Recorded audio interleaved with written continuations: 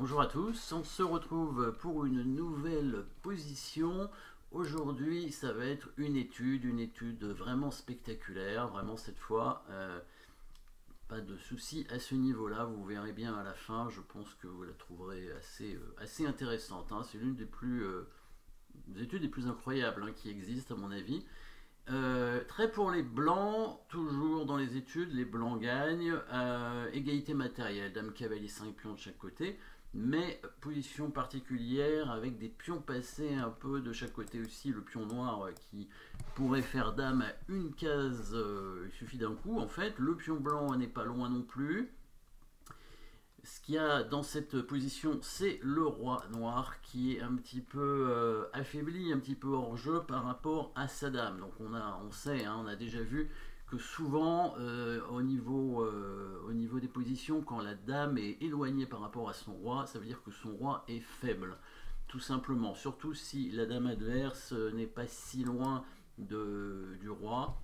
À ce moment-là, il y a un gros problème de protection du roi. La dame, c'est quand même la pièce la plus forte, hein, et si elle est à l'opposé de son roi, eh ben, il y a de la défense qui manque, bien entendu. Ici, il y a des coups forcés, bien sûr, toujours. Un échec dans cette position, mais pas très efficace, puisque le seul échec, c'est le pion qui avance de 2 cases, et il y aurait évidemment la prise en passant, qui éviterait un échec suivant, et donc du coup il n'y aurait pas grand chose d'intéressant à faire. Donc il faut bien menacer mat dans cette position. C'est bien la menace de mat qui est le coup forcé ici. Il y a plusieurs possibilités pour menacer mat, mais on voit que une chose, c'est attaquer ce pion avec la dame, parce qu'il est déjà attaqué par le cavalier. Si la dame prend le pion, ce serait mat. Il y a deux façons de l'attaquer, c'est dame en D8 et le pion qui avance pour libérer la rangée de la dame blanche, bien évidemment. Alors, on peut regarder les deux coups, il faut regarder les deux coups, ce sont tous les deux les coups forcés. Dame D8 pour se rapprocher du roi est intéressant, sauf que ça permettrait un échec de la dame noire, qui elle se rapprocherait aussi du coup de la position. En faisant échec ici sur cette case en F5, ça obligerait le roi à descendre très certainement en D2, et les noirs ont la possibilité par exemple de sacrifier leur dame sur le cavalier afin de faire une nouvelle dame après avec leur pion, hein. Ne pas oublier que leur pion est à une seule case de faire dame. Si la dame noire élimine le cavalier, il n'y a quand même plus beaucoup de pièces pour attaquer. Bon, il reste la dame et quelques pions. Il ne semble pas que les blancs aient la possibilité de mater rapidement après, hein. Par exemple, dame D8, dame F5 échec, roi D2, dame prend cavalier, dame prend dame, on fait promotion ici. Il y a des menaces d'échec derrière, ici, hein, avec la dame. Si la dame blanche fait échec, on vient en B5. Les blancs ont l'échec perpétuel, mais est-ce qu'ils ont mieux? Ça m'étonnerait, hein. S'ils avancent ce pion, ça va pas forcément être très intéressant pour eux. Les noirs sont pas obligés de prendre, ils peuvent venir en B4 tranquillement. Je pense que c'est mieux pour éviter des problèmes. Là, le roi qui peut s'enfuir ici en B3, hein, et qui va pouvoir se cacher même, hein, carrément en A2. On peut peut-être prendre le pion, mais autant se cacher finalement, c'est pas plus mal. Et bah là, les blancs n'ont même plus l'échec perpétuel. Il y a toujours cet échec dangereux, hein, dans la dame blanche derrière, qui risque de poser des gros problèmes au roi blanc. En plus, maintenant, il y a le roi noir qui est là pour aider, pour contrôler la case ici. Donc là, gros souci. Donc sur le coup de pion, plutôt ici en E7 à la place du coup de dame, c'est beaucoup mieux, puisqu'il n'y a pas l'échec, évidemment, de la dame en F5. Par contre, qu'est-ce qu'on pourrait obtenir ici avec les noirs? Donc il y a cette menace de mat, il y a un échec possible, mais à ce moment-là, peut-être simplement la poussée du pion de 2 cases devrait protéger le roi. Le cavalier peut donner un échec ici, mais c'est pareil, le roi va bouger, donc le cavalier va être obligé de se sacrifier pour essayer de dévier une pièce de l'attaque du pion en B6. Voilà, le bon coup, cavalier F4 échec, pour essayer de forcer les blancs à prendre le cavalier. Si le cavalier blanc prend en F4, on aura l'échec de la dame qui va contrôler la case de promotion, et après une nouvelle dame apparaîtra.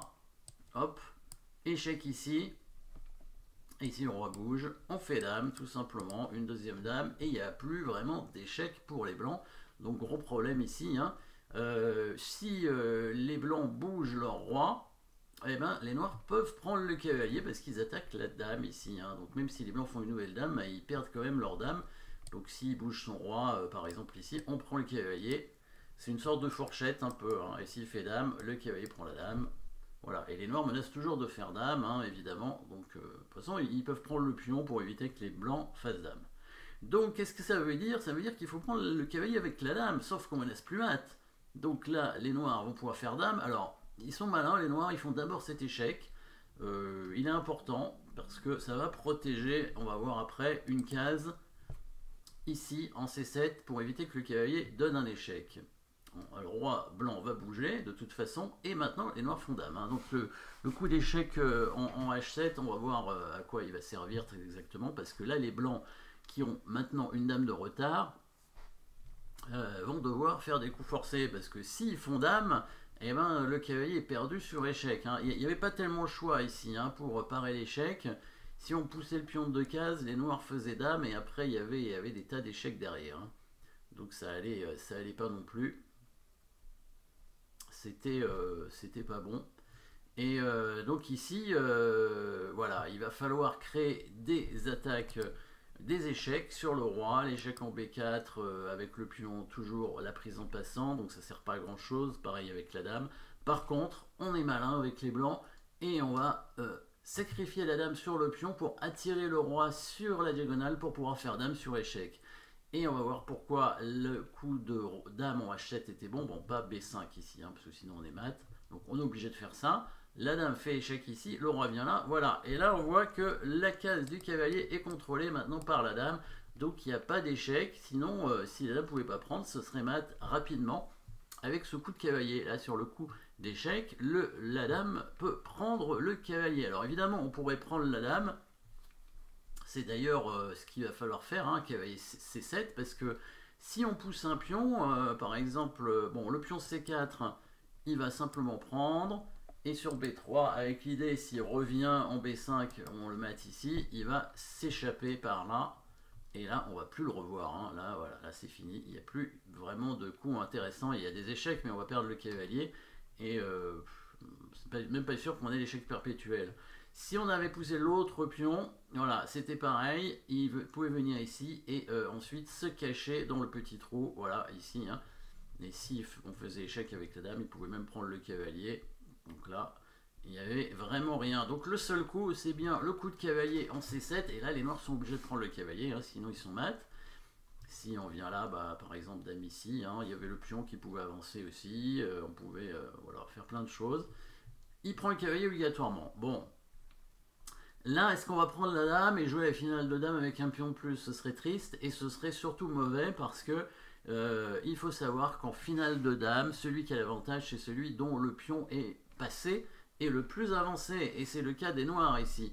Et donc là, si les blancs prennent la dame en H1, les noirs vont faire échec en F4 et vont ensuite certainement installer leur dame en F2 pour contrôler l'avancée du pion. Et ça va être très très dangereux pour les blancs qui auraient peut-être l'échec perpétuel, mais ce serait le maximum qu'ils puissent obtenir, hein. Savoir en finale de dame, celui qui a l'avantage c'est celui dont le pion passé est le plus avancé. On ne compte même pas le nombre de pions qu'il y a en plus ou en moins. Évidemment, il ne faut pas qu'il y ait de menaces de mat sur le roi, mais a priori, maintenant, le roi noir semble protégé, on a bien dit semble protégé, parce qu'en fait, il va se faire mater. Mais il faut jouer des bons coups et ne pas prendre la dame. On va continuer à faire des coups forcés, des échecs. Bien sûr, on pousse le pion de 2 cases, ça oblige le roi à venir ici en C4. Le roi qui se retrouve un tout petit peu bloqué, mais il a une case, hein, ici, il pourrait venir en B3, donc pas d'échec en A6, hein, le roi qui va s'échapper en B3 et ensuite en A2. D'ailleurs, il pourrait revenir en D5 s'il fait échec en A6, donc pas trop d'intérêt. Pareil, si on prend la dame, on se retrouve exactement dans le même cas de figure de tout à l'heure, finale de dame avec un pion passé plus avancé. Bon, peut-être que les noirs seraient un peu dans l'obligation de prendre l'échec perpétuel du coup si le roi vient en C2 parce qu'il y aurait une menace de mat, hein. Voilà, si on prend la dame en H1, dame F4, roi C2, Bah, la dame noire va continuer à faire échec tout simplement, et puis s'il revient, on refait échec, ce sera certainement une position nulle, mais un peu dangereux pour les blancs, hein, parce que les noirs pourraient quand même essayer de jouer avec ce pion passé très avancé. Hein. Donc on va chercher autre chose, et évidemment vous pouvez chercher de votre côté, évidemment les coups forcés qui vont permettre de mater, ça commence à se compliquer vraiment beaucoup ici. Les blancs qui ont quand même une dame de retard et qui ne peuvent pas prendre la dame des noirs. On a vu pourquoi. Donc il va falloir trouver des choses et regarder ce qui va se passer. On va faire échec avec la dame. Évidemment, le roi n'a pas de case, mais la dame noire peut couvrir en faisant elle-même échec. Donc on va se dire, bah, si on est obligé d'échanger les dames, on va perdre la finale, évidemment. Mais non, on est malin, évidemment, avec les blancs. Et si vous avez trouvé la solution, bravo, parce que c'est pas si simple. Maintenant, on commence à se rapprocher quand même de la fin. Donc là, vous pouvez probablement trouver la suite. Le roi qui va se déplacer ici en C2 pour menacer mat en poussant le pion.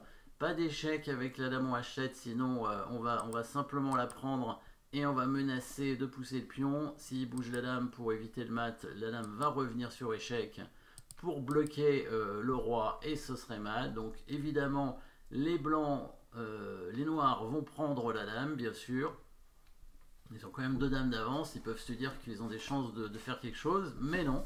Les blancs ont un pion et ce pion qui n'a pas avancé au premier coup, hein, il aurait pu avancer au premier coup, va avancer seulement maintenant, et il a bien fait peut-être de ne pas l'avancer au premier coup finalement.